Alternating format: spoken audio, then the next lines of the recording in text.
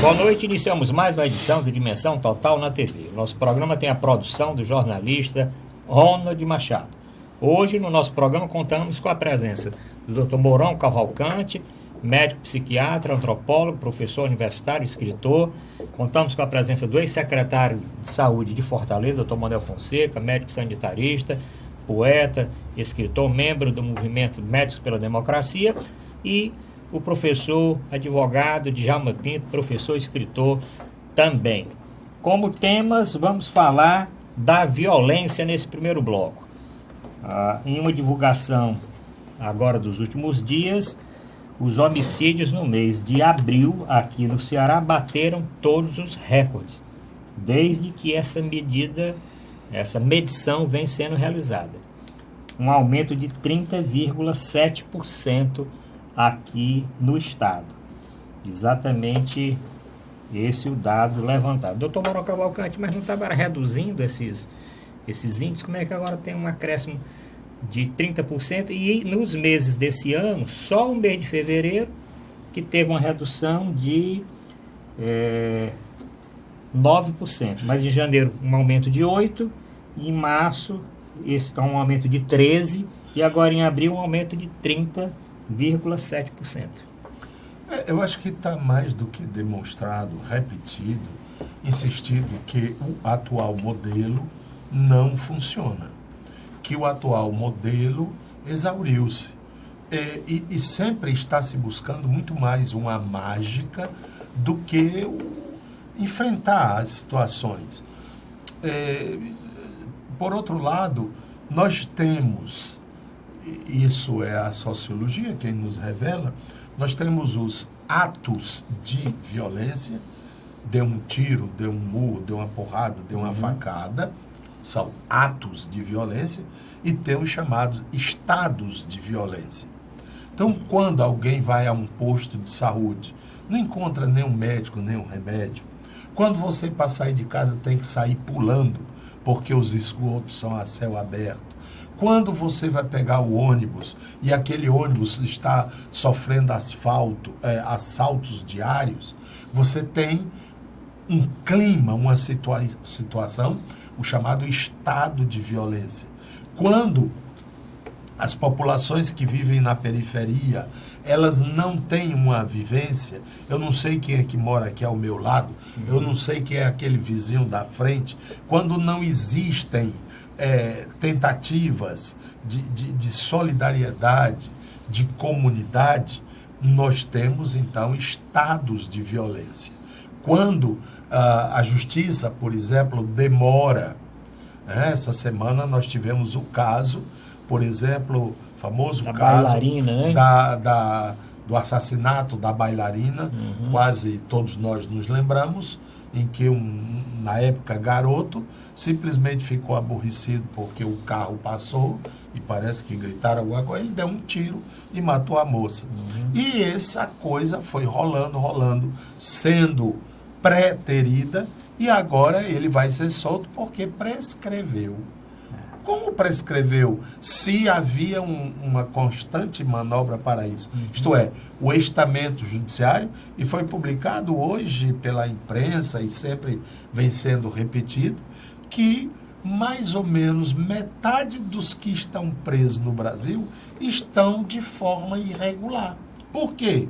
Porque eles estão presos a título provisório, a título preventivo. Não há nenhuma pena para eles até agora julgada e imputada, no que chamam de causa já concluída. Então, é toda uma estrutura que nós precisamos repensar. Quando os ônibus estão sendo incendiados, quando há aqueles motins no presídio, aquilo ali é o ápice. Já não adianta chamar a polícia, chamar os bombeiros, tentar prender um ou prender outro. Tinha que ser toda uma outra política. Por exemplo, a gente sabe que horas são praticados esses homicídios? Qual é a motivação? Quem é que mata? Quem é que está matando? Onde? Quais são os pontos negros? Então, faz-se uma estatística mambembe E esta estatística não serve para nada, senão para, eventualmente, sustentar o discurso político dos governantes. Diminuiu. Quando aumenta, ele silencia. Aí vem um próximo, a estatística. Então, na realidade, nós não estamos enfrentando a situação como deveríamos. Não é essa história de bandido bom é bandido morto, não é essa história de chamar um salvador. O Tasso Gereissati chamou um bocado, que eram aqueles servidores da Polícia Federal, né? Sim, começou com o Moroni Bin Torgan, depois veio o Moroni. O Moroni e o Torrano. Depois teve o Fuchs. Depois teve até o Mr. Brayton. Mr. Brayton era um policial. Não. Sim, aquele que veio antes Mr. Brayton era um policial americano de Nova York. É. Aliás, eu vi no jornal agora, essa semana, de que ele vai voltar para dar uma assessoria. Sabe? Vamos deixar de palhaçada. Vamos tratar o assunto com mais seriedade. E a Assembleia, que deveria ser um fórum, os caras ficam... Parece que eles não vivem aqui, sabe? Os deputados. Eles são de outro planeta, de outra galáxia. E não é para ser discutido. O capitão Wagner é um safado. Safados são vocês. Não é isso. Vamos ser mais maduros. E o setor de inteligência? Esse inexiste. Professor Djalma Pinto, esses números incluem homicídios dolosos, lesão corporal seguida de morte ou então latrocínio.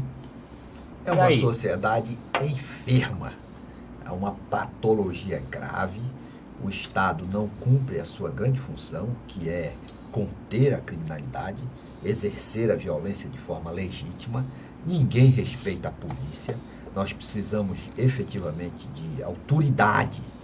Marginal tem que respeitar a autoridade. Todo mundo anda armado na rua, ameaçando a população que anda de ônibus. Você não pode atender um telefone celular em nenhuma rua, na beira-mar, em nenhum canto da periferia. Todo mundo já foi assaltado. Quer dizer, é uma sociedade enferma, gravemente enferma.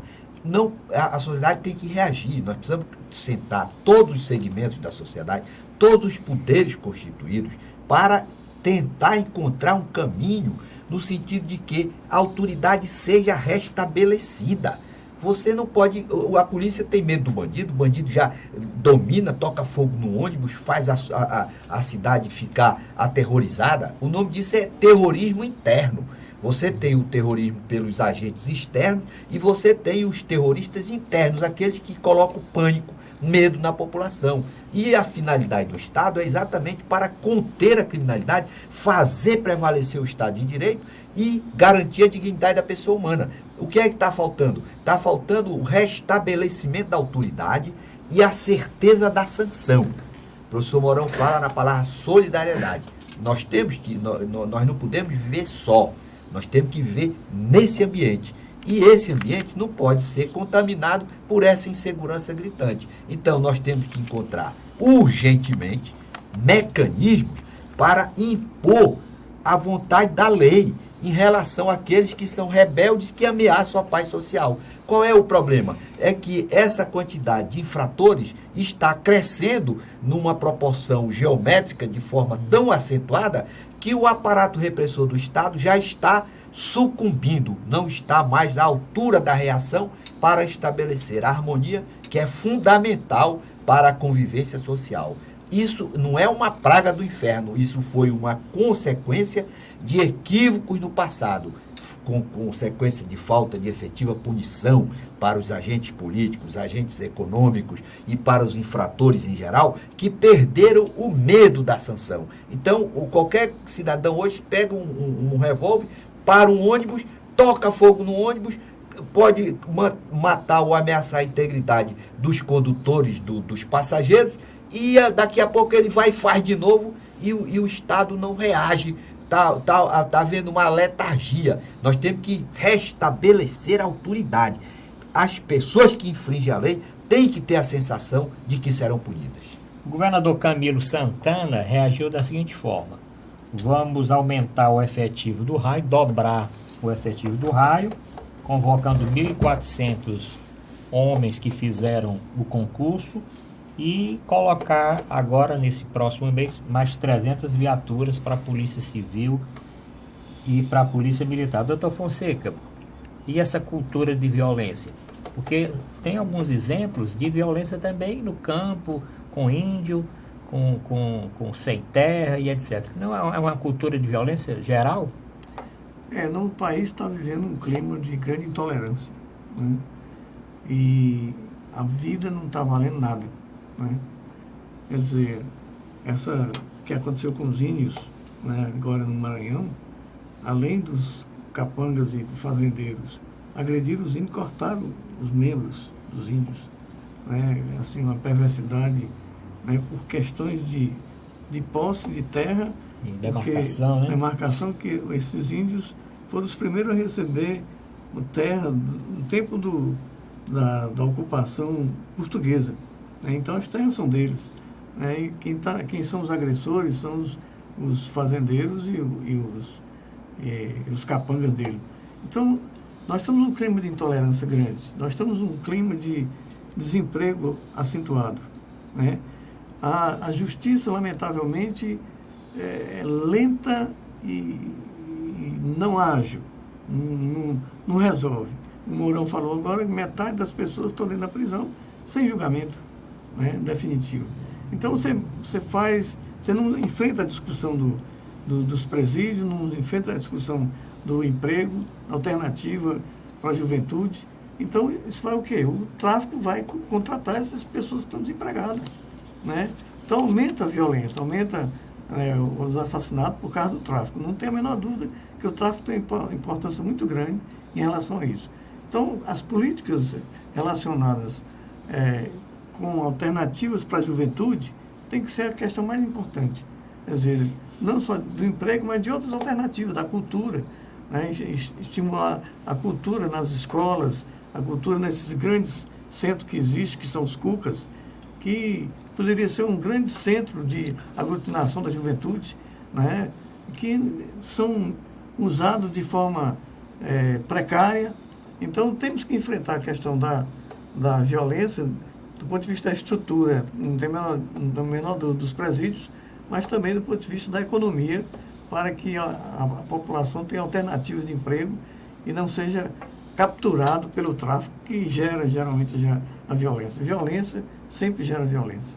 Professor Arruda, só que você colocou uma questão aí, que vai ser aumentado o aparato. Resposta do governador Camilo. Então, o que é que acontece? Essa é a terapia tradicional. Aumenta o aparato, contrata mais gente, compra mais viatura e constrói mais penitenciária. Só que isso aí, claro que não resolve. Nós vamos chegar ao ponto de, para cada 3 cidadãos, um policial, para termos garantia de segurança. Então, é claro que o problema é que a sociedade ela tem que cultivar valores. Nós temos que... Qual é o primeiro valor? Respeitar a dignidade da pessoa humana. Como é que o cidadão chega porque teve uma desavença e tal, dá um tiro na cabeça do outro? Isso é um estado de barbárie, é uma população de selvagens que não atingiu o nível de civilização. Como é que você consegue esse nível, aprimorar esse nível de civilização? Primeiro, com uma campanha nacional, envolvendo todos os segmentos da sociedade, de resgatar essa ideia da solidariedade. Nós temos que desenvolver uma educação compreendendo 3 vetores: solidariedade, que é sentir a dor do outro, a ideia da justiça como valor, não faça com o outro que você não quer que faça com você, e o respeito ao dinheiro público, aplicando o dinheiro naquelas políticas públicas que são de utilidade para a comunidade. E depois, esse é fator fundamental também, a certeza da sanção. Todos os estudiosos do direito penal chegaram à conclusão de que a sanção é imprescindível para conter o impulso daquele que quer infringir a lei. Se não existir sanção, aí realmente todo mundo quer imitar o infrator e a insegurança se dissemina em todo o ambiente. Para terminar esse bloco, doutor Mourão, eu queria colocar mais um caso que repercutiu muito na internet. Foi a agressão daquela advogada Astenísia Teixeira no último domingo na Beira-Mar. Um vídeo que circulou na internet, um tapa que ela levou de um oficial da Polícia Militar. O senhor viu esse esse vídeo. Inclusive a repercussão, não é, que aconteceu e tudo. Não se trata de julgar, se trata de compreender. Eu tenho muito respeito às forças de segurança, a polícia, tanto a polícia militar como a polícia civil. Estes homens diariamente saem de casa, colocando a própria vida em risco, né? Aqui no Ceará, este ano, já morreram, parece-me que 30 ou 40 policiais em ação. Então, é algo muito preocupante, né? Porque esses homens, eles saem de casa e vão colocar a vida, né, a própria vida em risco para salvaguardar a segurança da sociedade. Então, não é um fato como este, que é extremamente lastimável, que é para estar ganhando manchetes e tal, como que a desqualificar a própria polícia. Eu acho que as medidas devem ser tomadas, mas não tem que fazer disso aí uma tempestade ao ponto de comprometer a própria imagem que nós queremos que a polícia tenha. Não é? Deve ser feito o protesto e tudo, deve ser punido aquele, mas não é também para fazer esse auê todo, como se a polícia fosse um bando de marginais que está aí destruindo a sociedade e tal. E nem muito menos vai ser a polícia que vai resolver o problema da violência. A nossa violência é um estado de violência. Quando você, como eu falei, vai a um hospital, a um pronto-socorro, a um UPA, um troço assim, e não encontra um médico, e seu filho se queimando de febre, com diarreia, com pneumonia, e ele vai morrer porque não tem a quem recorrer, isso também é um ato brutal de violência. Então, eu fosse prefeito de Fortaleza, eu acho que eu nem dormia, tá entendendo? O lixo aí nas ruas, o desrespeito às pessoas. Por exemplo, a gente sabe os pontos de violência, os chamados terminais de ônibus. Todo dia tem violência nesse local. Então vamos criar uma dinâmica, uma maneira de fazer que aquilo seja, por exemplo, um ponto de encontro, um ponto de cruzamento da sociedade. Né? A polícia, tendo inteligência, ela pode prever determinadas atitudes, determinadas manifestações dos bandidos e tudo. A impressão que a gente tem é que a polícia está sempre atrás do prejuízo. Ela não age, ela reage. Então ela está sempre atrás do prejuízo, ela está sempre atrás de remediar. E o governo, com um discurso caduco, vamos contratar mais 2.000 policiais, vamos, para quê? Para ter um capitão que, se a pessoa vai reclamar, leva um tapa na cara? Cadê qual é a preparação? A gente pode questionar, qual é a preparação que esses homens estão tendo? E o próprio suporte emocional, psicológico que eles precisam. Eu fico imaginando assim, naquelas manifestações, o policial que está ali de trás daquele escudo, né? A tensão que ele vive, porque muitas vezes ele gostaria de estar do outro lado, mas ele tem que ir porque é o trabalho dele. Então, a gente precisa transformar as coisas em situações mais humanas. Né? Você não pode estar matando alguém porque deixou de pagar a droga. Aí, não, foi um vagabundo que morreu. Que vagabundo que morreu?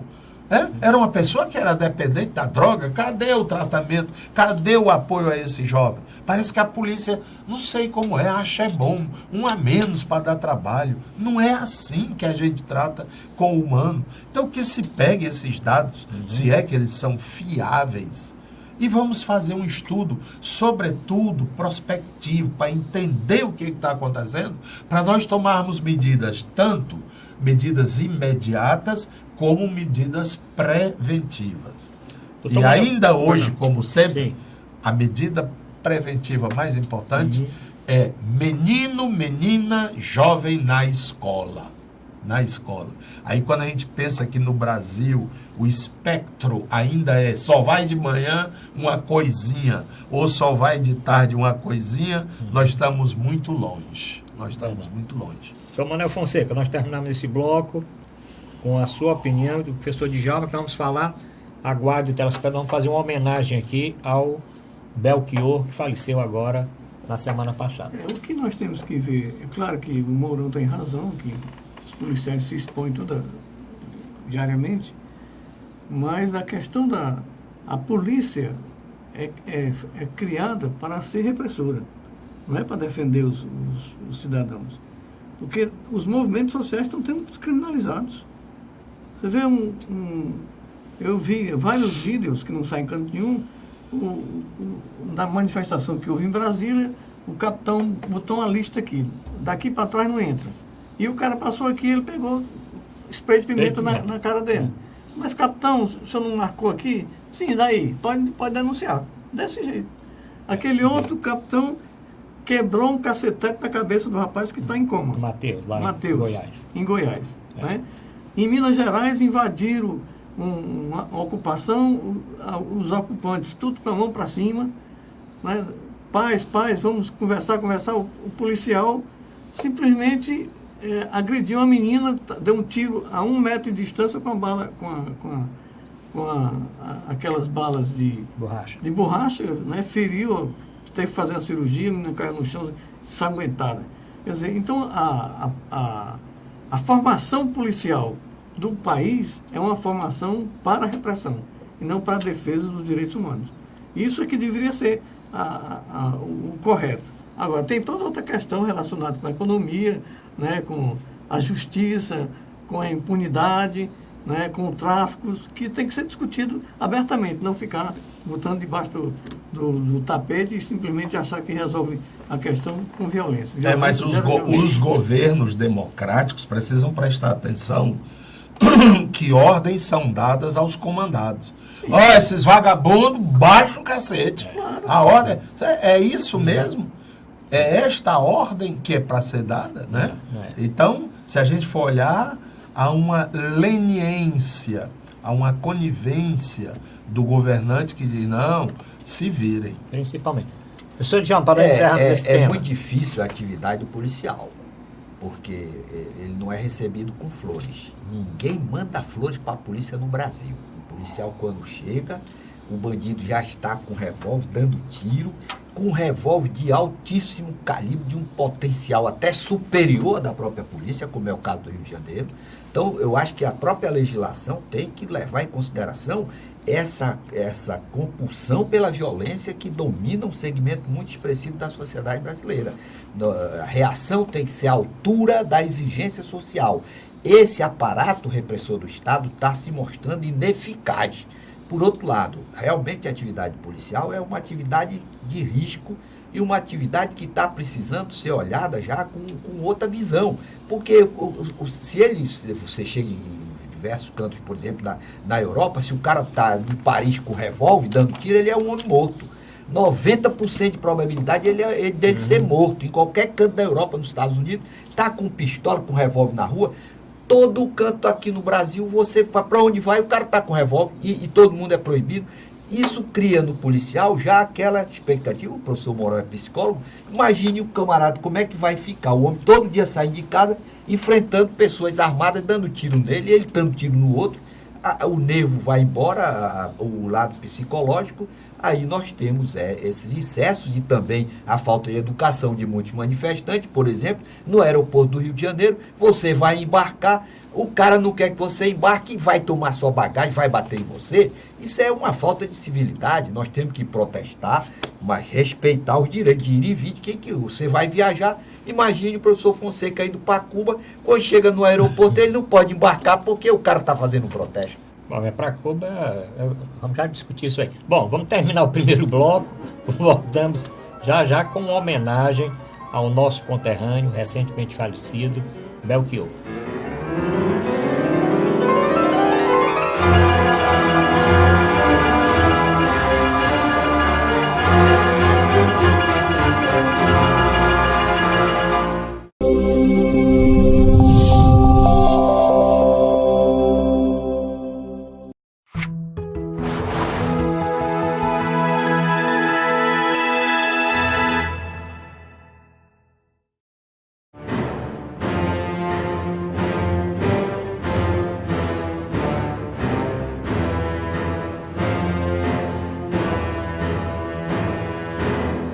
gente, voltamos a apresentar a Dimensão Total na TV. Lembra o WhatsApp do programa, 999251122. E o portal na internet, para o telespectador assistir o programa, portal@arrudabaixo.com.br. Aproveite agora, nesse segundo bloco, mande uma mensagem falando do compositor, do poeta, do cantor, do músico Belchior, que faleceu agora na semana passada. Nós temos aqui dois contemporâneos do Belchior na Faculdade de Medicina. Quando o Belchior saiu da faculdade, eu estava entrando. Então eu quase que pego o Belchior também. O Belchior saiu em 72, eu entrei em 74. Então ele ainda tinha um cheiro de Belchior embaixo das mangueiras ali da UFC. Mas o Dr. Mourão, nós estávamos conversando aqui, ele foi da turma do Belchior. Inclusive, devido ser Antônio Mourão Cavalcante e ele também ter o Antônio, formavam no mesmo grupo de estudo. Dr. Mourão, o que é que o senhor pensa do Belchior, da vida, da obra, da importância dele aqui na cultura do Ceará e do Brasil? Eu penso, olha, precisaria muitos programas para a gente poder começar a dissecar essa figura extraordinária, né? Porque tem os cantores, aqueles que vêm, dão um show e tal, e que passam a emoção ou a criação de quem fez a música. No caso do Belchior, quando ele dava um show, 99 ou 100% das músicas eram dele, eram músicas dele. E mais, eram músicas de uma profunda dimensão biográfica, autobiográfica. Ele falava dele, ele falava das emoções dele, da vida dele. Não era aquela coisa de amor pegajosa, meu amor, você foi embora, meu amor, volte, não sei o quê. Ele sempre estava atento às coisas do mundo. Nós tivemos como fundador da Universidade Federal do Ceará o professor Antônio Martins Filho. E o slogan, o dístico, que ele criou para a UFC, Universidade Federal do Ceará, foi do regional para o universal. Então, quando o Belchior falava do velho gibão de couro já envelheceu, já se estragou, quando ele diz que está de volta, né, que ele é apenas um rapaz latino-americano, ele está na vivência do regional exprimindo o universal. Por isso é que esta música dele não vai se acabar.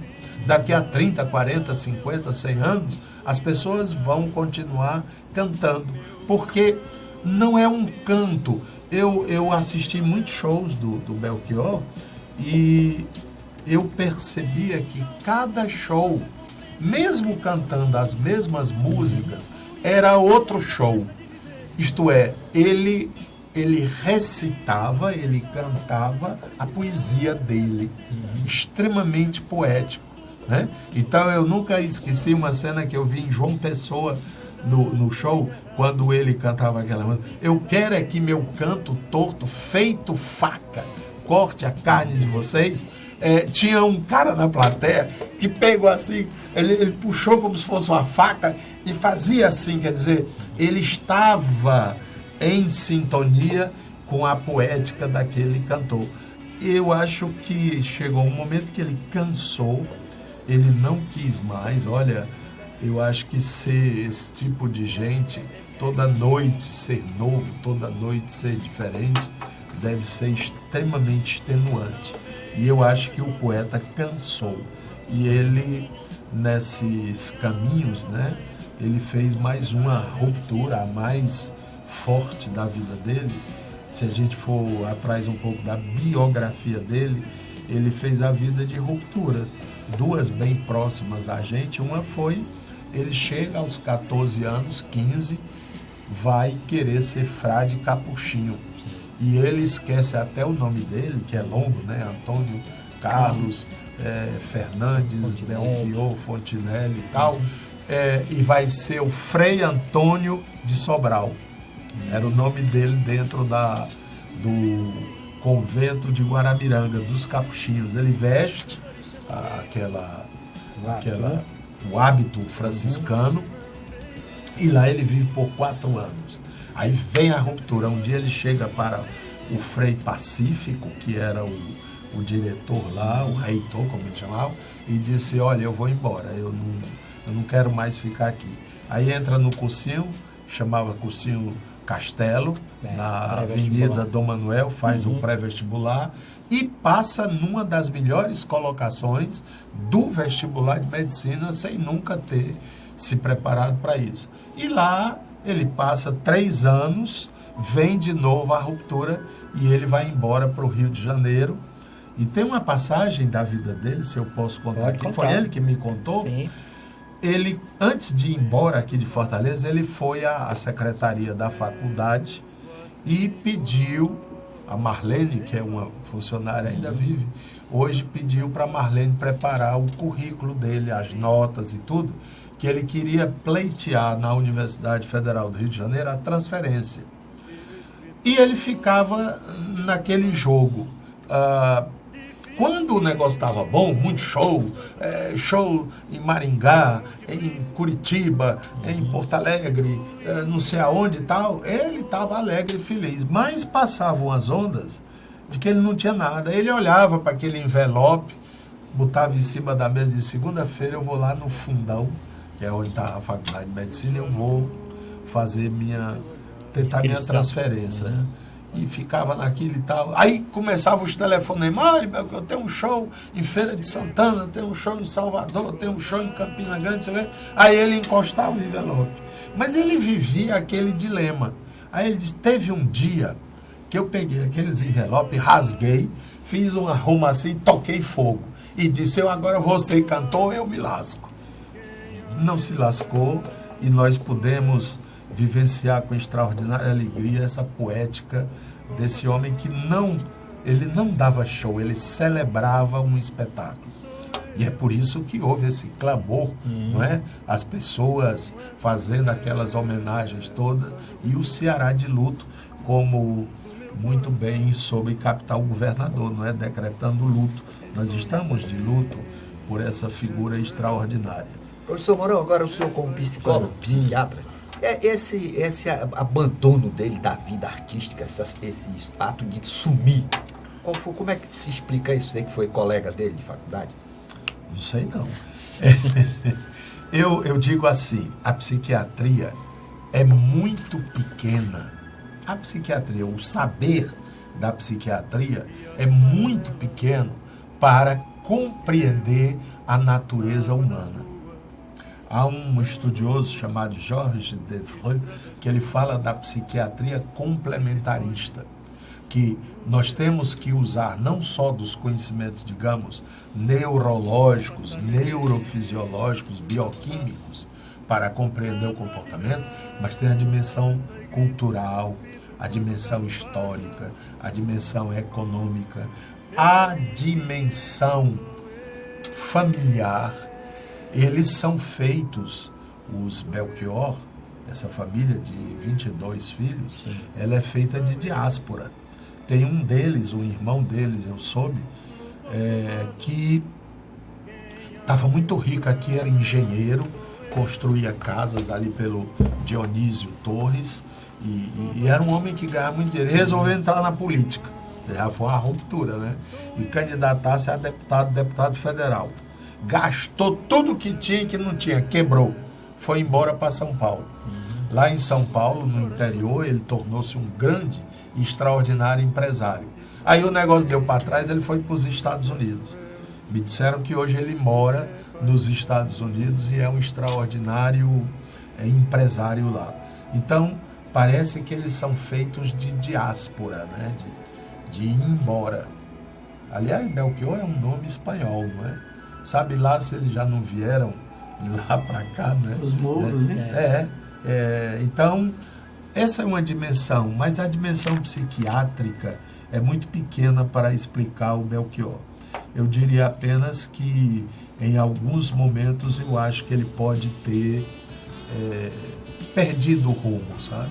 Quando ele esteve em Porto Alegre, há uns 2, 3 anos, e eu acompanhei muito de perto, que eu olhava o jornal Zero Hora, que é da RBS, né? E outras informações de televisão e tudo, ele estava muito deslocado, ele estava assim meio perdido. E ele não faltou apoio dos amigos, não. Ele passou 10 anos porque ele teve esse apoio. Inclusive gente que ele nem conhecia e que acolheu e tudo. Agora, quando do episódio do falecimento, eles mostraram as imagens, fotografias da casa onde ele estava há quantos anos? 4 anos, né? 3, 4 anos. Aquela casa era cedida por amigos gaúchos. Ele não pagava aluguel, não pagava nada. Ele esteve também em Guaíba, uma cidade próxima de Porto Alegre, assim como Aquiraz, em que ele ficou numa casa de veraneio de um advogado. E também ele não pagava nada. E esse advogado disse que levava para ele a comida, os mantimentos, até escova, pasta, sabonete, tudo. Então, foi isso que fez, talvez, prolongar mais ainda essa experiência, essa vivência, né? E ele acaba morrendo de um episódio que não tem nada a ver com nada, que foi um aneurisma de aorta, né? Dissecante. Rompeu. Tom Manuel Fonseca, o senhor também conviveu com o Belchior. Inclusive, parece que as primeiras músicas que ele começou a entoar embaixo das mangueiras ali da UFC, e quem conhece a área de saúde sabe que as mangueiras ficaram famosas, porque naquele local era o encontro dos então subversivos da época. Não era isso, doutor Fonseca? E o senhor, como um subversivo da época, se reunia muito embaixo daquelas mangueiras ali, que depois resolveram modificar e fizeram um frio estacionamento. Acabaram com as mangueiras e fizeram um frio estacionamento para os veículos de lá. Fale um pouquinho aí do Belchior. O senhor trouxe um livro, né, que tem aí uma escrita do Belchior, para falar aqui para o nosso telespectador. Nós convivemos pouco com o Belchior, porque eu saí logo da faculdade, né? Em 70 eu já estava saindo, porque saiu o meu retrato no jornal O Povo, dizendo que eu era subversivo, e eu tive que me evadir, né? Fui morar em Pernambuco. Primeiro na Paraíba, em Campina Grande, depois em Pernambuco. Mas nos primeiros momentos houve aquela famosa greve, né? Inclusive do professor Aprígio, que deu zero em todo mundo, e houve uma revolta geral, né, na faculdade, e o ponto de encontro eram as mangueiras. Né? As mangueiras eram famosas, e o violão... A praça que a faculdade não tinha. Não tinha, era praça, né? Era praça, eram as mangueiras, né? E sempre ele estava lá com o seu violão, né? Na hora do almoço, uma das primeiras músicas que ele cantou, né? Lá, e todo mundo, né, fazia o coro com o Belchior. Né? Eu acho que o Belchior ele foi um menestrel da ditadura.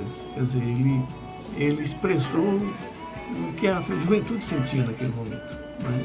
Diferentemente do Chico, que era uma música mais de protesto, ele era dos sentimentos. Né? O sentimento, assim... existencial. Ela como se fosse a crônica, né, da juventude. Né? Por isso que ele é eterno. Né? Ele conseguiu expressar nas suas músicas, né, uma certa crônica. Eu sou apenas um rapaz latino-americano, sem dinheiro no bolso. E sem parentes importantes. Sem parentes importantes, vindo do interior. Quer dizer, então, isso tudo, né? Quer dizer, e muitas outras músicas que ele fazia que todo mundo gostava do Belchior. E como diz o Mourão, ele era um cantor autoral. Né? As primeiras músicas que estouraram foi com a Elis Regina, com um disco Falso Brilhante, né? Que cantou 3 músicas dele, na interpretação belíssima, né? Claro que muito mais famosa do que o Belchior, e tem uma repercussão muito maior do que ele cantando. Mas depois ele cresceu bastante e é um grande representante da música popular brasileira, do Ceará. Né? Ele participou do pessoal do Ceará, com o Fagner, com o Fausto Nilo, né? Fagner, o Roger, né? Aquele do Pavão Misterioso, como é? Ednardo. Era um grupo do Ceará que teve uma repercussão nacional, né? Porque eram autorais, eles produziam música, né? E música de uma letra riquíssima, né? Que por isso que Belchior é tão querido, né? Mesmo depois de se ausentando. Aqui eu trouxe um livro aqui, do nosso colega, nosso colega Mariano de Freitas, né? Nós, os Estudantes. E por acaso o prefácio foi feito pelo Belchior. Né? Eles eram muito ligados, o Belchior participava do mundo estudantil, parece que fez uma chapa para o diretor do DCE com o Mariano. Não, foi pro diretor acadêmico. Centro Acadêmico. Centro Acadêmico, 12 de maio, né? Eram 3 candidatos. O Mariano e outros, né? Não, ele era candidato a primeiro vice-presidente. Isso. Era o Belchior. Eu era de outra chapa. E tinha um rapaz que depois foi ser radiologista. Quem ganhou foi eu. Era o Júnior? Tu ganhou? Foi. Olha aí, tá vendo? Ganhou o Belchior. Mas o Belchior levava na gozação. Eu trouxe aqui um textozinho pequenininho. Ele dizia o seguinte: nós, os estudantes, tivemos sem exceção a hora e a vez de sonhar e de partir em busca das pasárgadas mais extremas. Foi preciso botar o pé na estrada e ali o pusemos. Correr mundo e perigo, e sem temor os corremos. Cair na vida, e mais que isso, nos precipitarmos nela, como quem caísse das nuvens ou de um terceiro andar. Isso aqui é a apresentação do Belchior, do livro de Mariano de Freitas, sobre uma breve história da vida dos universitários cearenses na década de 60. Então, é interessante porque está aqui um relato histórico desse movimento estudantil que aconteceu no período da ditadura militar, e coincidentemente o Belchior, que prefaciou o livro do Mariano, né, e escreveu uma crônica belíssima no prefácio. É uma crônica sobre a vivência dele, o que ele imaginava. Ele dizia, brincando com o Mariano, assim: eu queria ter escrito esse livro, né? Eu vou roubar esse livro, o conteúdo desse livro, porque eu participei intensamente, né, do que você está expressando aqui nesse livro. Aí tem toda a história da boemia também, que acontecia na Praia de Iracema. Sim, tem lá no Badagia e etc. Badagia, né? e tudo mais. No Nozinho. Bom, esse livro, inclusive, teve no lançamento, eu lembro que o Belchior esteve presente no lançamento, inclusive cantou durante o lançamento com o seu violão. Tem inclusive as fotos, agora as fotos surgiram ainda já um pouco assim, o livro não é tão antigo, mas nas últimas aparições do Belchior. E eu achei interessante que muitas entrevistas, viu, professor Djalma, muitas entrevistas foram lançadas na internet do Belchior com o Jô Soares, inclusive cantando as músicas dele, falando um pouco da vida. O Belchior com o Chico Anísio, né, falando do Belchior na plateia, e o Chico Anísio fazendo uma homenagem ao Belchior, dizendo inclusive que queria ter sido o autor daquela música que ele fala, dos canaviais. Galos, noites e quintais, né? E o Belchior na plateia. Mas a entrevista que eu queria que o telespectador procurasse na internet é uma que ele deu para o Miele. Não sei se alguém aqui viu essa entrevista do Belchior para o Miele. Foi a entrevista mais bonita que eu vi. Ele conta, inclusive, com muitos detalhes, o encontro dele com a Elis Regina. Ele estava no estúdio de gravação, sem dinheiro no bolso, nem para comprar um picolé. E a Elis Regina, já no auge da fama, tinha um estúdio só para gravar e ensaiar nesse prédio. E quando a Elis Regina chegou, olhou para ele, conheceu e perguntou a uma outra pessoa: aquele é o Belchior? E a pessoa confirmou. E ela então chegou para o Belchior contando, chegou e disse: olha, eu sou fã das suas músicas, eu conheço. E ele ficou assim porque para ele a Elis Regina era aquela deusa, né? Vá lá em casa hoje que eu quero escutar as suas músicas, que eu pretendo gravar. E ele disse: olha, ele respondeu, só se for na hora do jantar, porque eu não tenho um tostão, R$1, e eu não sei como é que eu vou chegar na casa da senhora, porque eu também não tenho dinheiro para o transporte. E a Elis Regina disse: não tem problema, eu vou mandar o motorista lhe pegar. E ele contou então que o motorista foi pegar na hora do jantar, levou para a casa da Elis Regina, e nesse dia ele gravou todas as músicas ela pediu também que ele levasse um violão e um gravador. Ele disse que não tinha nem um violão, mas tinha vendido, e gravador nunca teve.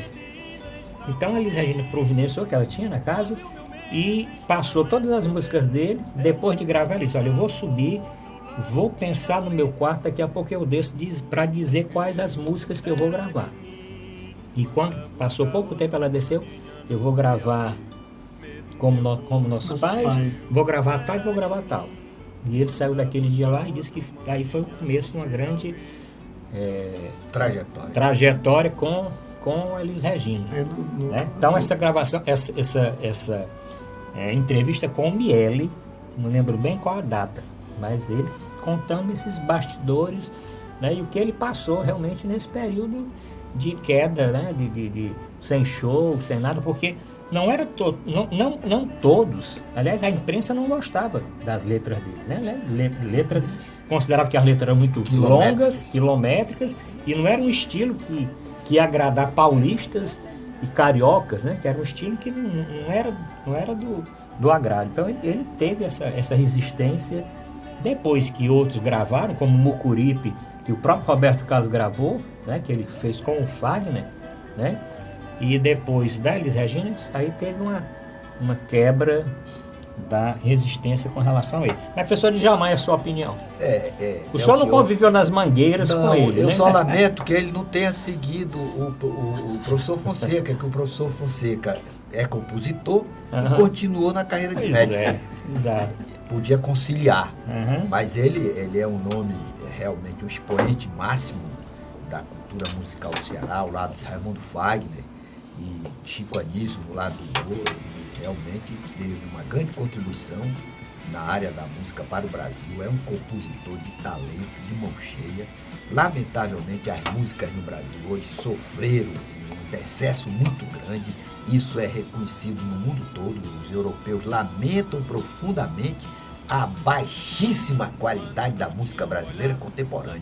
Então, por isso, inclusive, que o Belchior ele foi celebrado.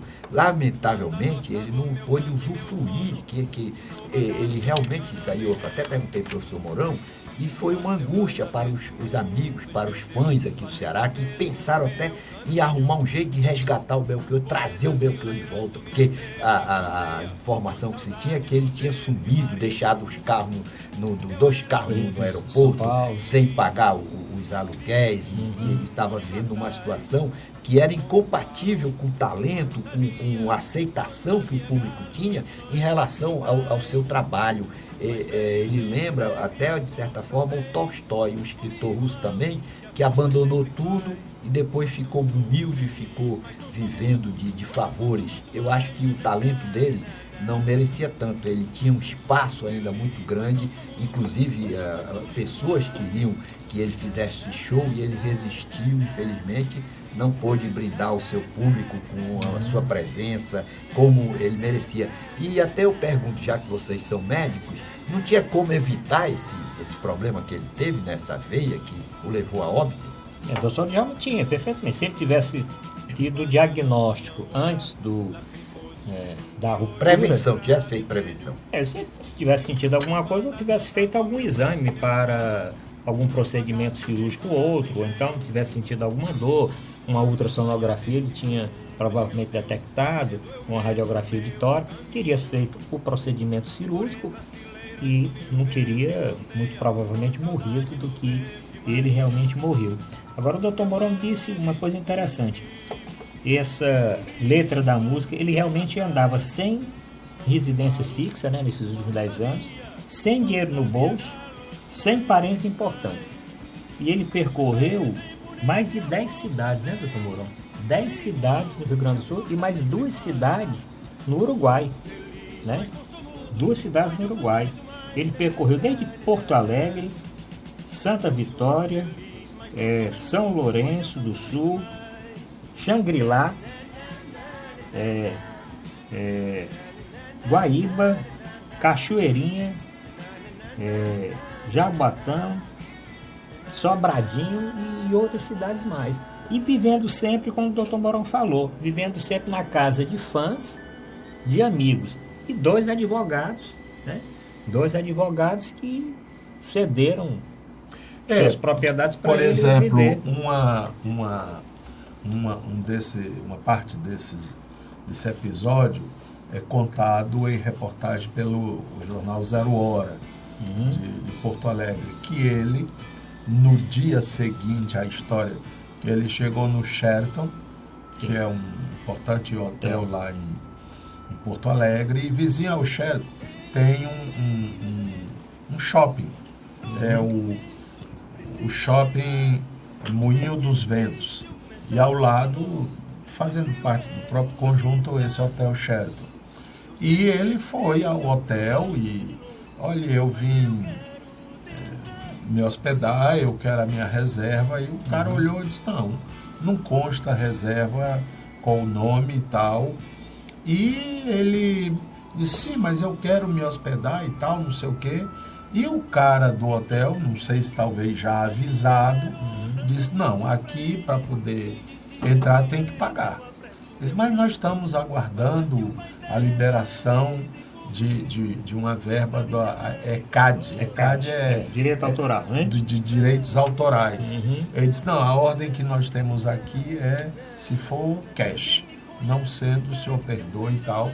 Ele saiu e sentou-se em umas cadeiras lá no shopping e ficou lá. Isso foi mais ou menos 4h30, 5 horas da tarde, que em Porto Alegre, em determinado momento do ano, já é escuro. Como é que o senhor sabe dessa história, né? Porque as coincidências da vida. Uma filha minha estagiou no Sheraton. Sim. E uma vez lá de férias, contaram para ela, veio um conterrâneo seu aqui e tal. Então ele ficou sentado lá, já às 7, 8 horas da noite, quando aparecem repórteres. Aquilo, talvez o zum, a imprensa só foi lá. Eles, se sentindo molestados, saíram e tem essas cenas, eu já vi, em que ele sai de braços dados com a mulher, que se chama Edna de Souza, e botou o nome Prometeu. Esse nome é um nome artístico, não é o nome porque ela oficial era produtora, dela. né? Produtora cultural, né? Ela era uma produtora cultural. Ela trabalhava para o Aldemir Martins, outro grande cearense, pintor, porque o Belchior também tinha essa vertente, pintor. O estilo dele era meio... Professor Mourão, agora essa produtora era uma produtora desastrosa, né? Porque a produtora produtor é para produzir show, para produzir disco, para elevar o compositor, o cantor. Vamos dizer, eu não conheço muito dela, né? Não sei de quem se trata. E o certo é que eles saíram meio atabalhoados, assim, sem rumo. Sim. Sem rumo. Com a mala na mão. Com a mala na mão. Eu também vi esse vídeo. Eles foram lá para um local público que tem em Porto Alegre e todo o tempo mais ela, a mulher, do que ele, nos deixa em paz, a gente não quer falar, ele não quer falar, por favor, por favor, por favor. E saíram e foram lá para um lado do gasômetro, Sim. que é uma espécie de praça onde tem uma coisa, e eles ficaram lá e parece que dormiram por lá mesmo. No outro dia eles foram à tal da ACAD, lá na justiça, para saber por que estava sendo impedido. Que a ACAD não passava dinheiro para ele por ordem judicial.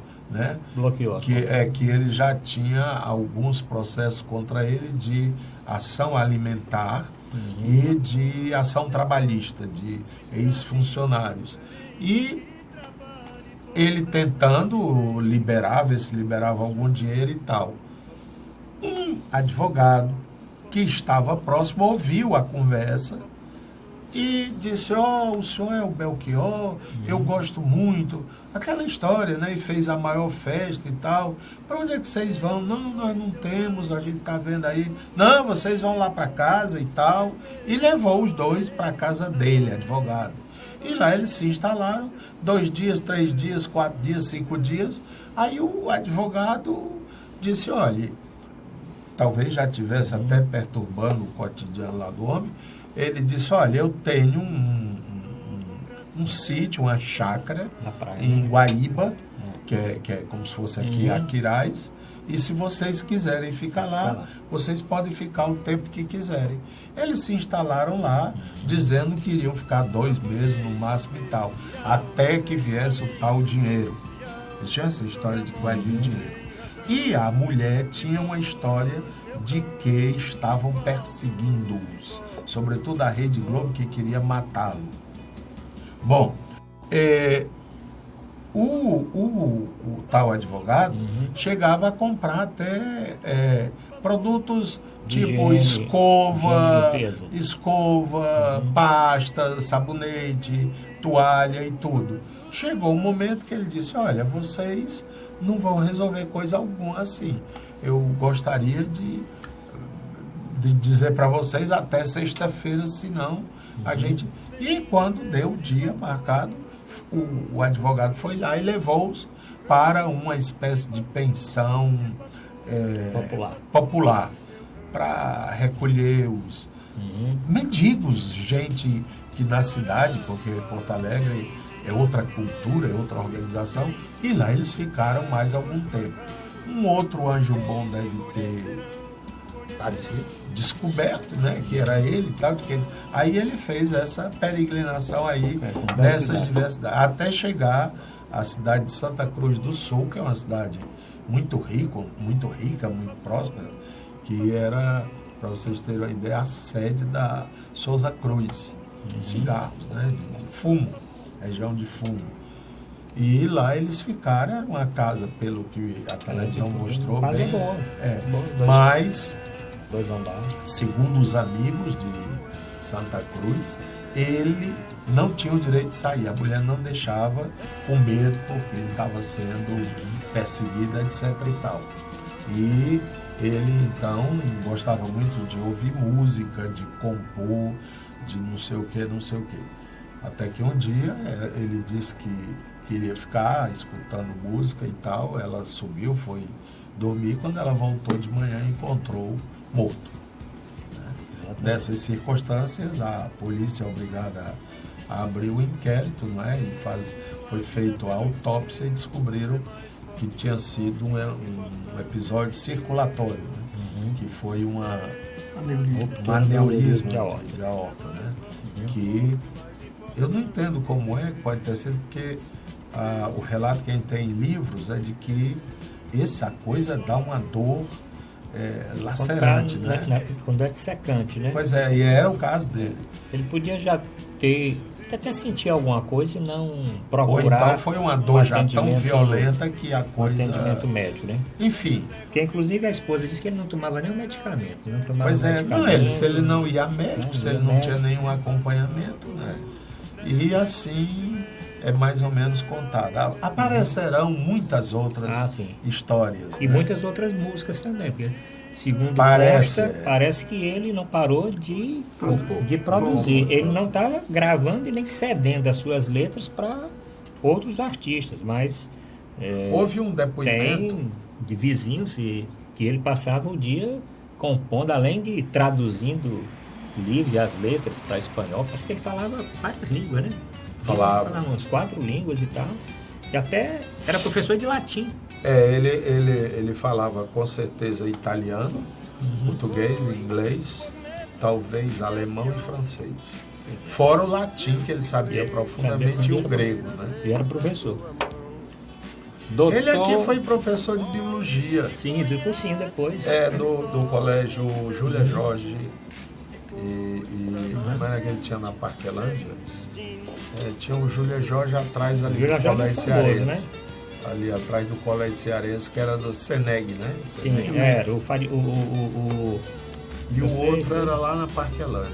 Sim, ao lado do Colégio Cearense. Ele era um homem que estava sempre mudando as coisas, né? Sempre experimentando. Acho que ele tinha dificuldade quando ia assim numa sorveteria. Que sorvete pedir, né? Doutor Fonseca, mais alguma coisa aí? Porque nós vamos terminar. Qual a música que nós vamos colocar? Eu sou apenas um rapaz latino-americano, que é a mais conhecida, né? Né? Porque aí o Ayrton vai colocar para encerrar o programa. Um queixozinho, né? Depois no outro programa a gente escolhe outra. Vamos colocar Ayrton. Eu sou apenas um rapaz latino-americano, sem dinheiro no bolso e sem parentes importantes. Doutor Moura vindo Fonseca. do E interior. vindo do interior, de Sobral. Ainda tem esse detalhe, faltou só dizer Sobral. Na realidade, ele não era de Sobral, ele era de Coreaú. Agora, A família dele era de Coreaú. Mas como todas aquelas cidades ao redor de pertence a Sobral, Sobral. todo mundo se diz sobralense, foram diga aí, as doutor obras. Fonseca. Eu acho que o Belchior, com essas histórias do final da vida dele, que vai ser sempre muito romance, mas o mais importante, eu acho que é a mensagem dele. Ele foi particularmente para os jovens, né? Tanto que os fãs dele a maioria deles são, claro, tem o pessoal da velha guarda, que conviveu com ele, mas a maioria eram de jovens, porque ele sabia falar a linguagem de jovem, e a linguagem dele é eterna, né? Porque ele expressava sentimentos, inclusive naquelas angústias que tinha no período do regime militar, né? de uma opressão, que ele expressava aquilo com muita criatividade. Ele foi um menestrel do cotidiano, um grande filósofo do cotidiano. E a lição Seu também, diabo. que a música boa toca pouco, mas toca sempre. Belchior será sempre lembrado. Bom, nós vamos ficar aqui conversando um pouquinho e o Ayrton vai, para encerrar o programa, colocar Eu Sou Apenas um Rapaz Latino-Americano, sem dinheiro no bolso, sem parentes importantes e vindo do interior. Fiquem escutando esse trechozinho final. Sim. Tem outra música que é belíssima, que diz amar e mudar as coisas. Esse é um Me negócio interessam belíssimo. mais, né? Essa é belíssima.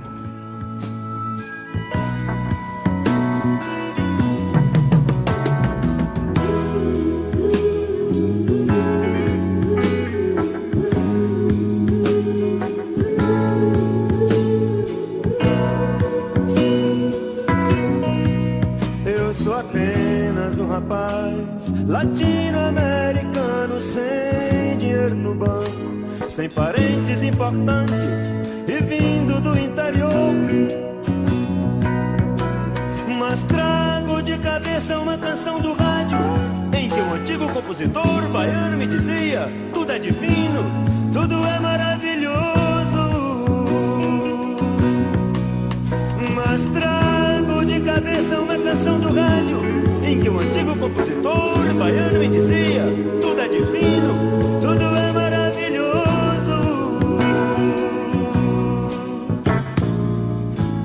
Tenho ouvido muitos discos, conversado com pessoas, caminhado meu caminho, pago o som dentro da noite e não tenho música que ainda acredite nisso. Não, tudo muda e com toda razão. Eu sou apenas um rapaz latino-americano sem dinheiro no banco, sem parentes importantes e vindo do interior. Mas sei que tudo é proibido.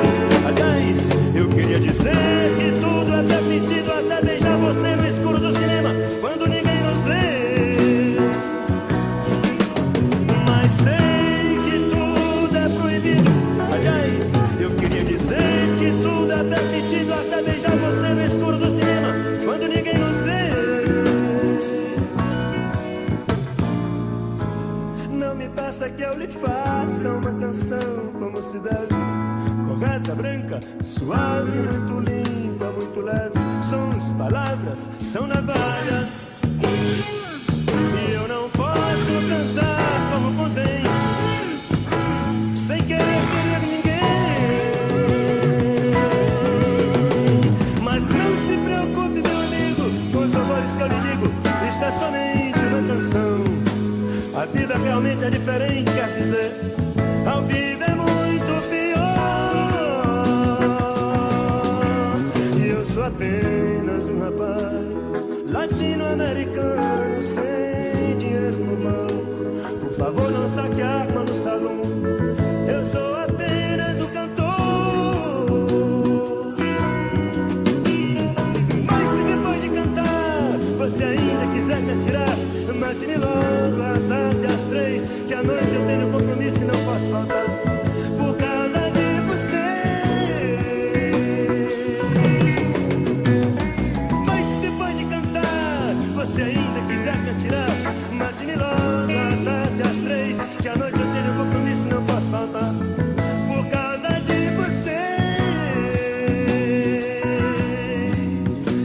apenas um rapaz latino-americano, sem dinheiro no banco, sem parentes importantes,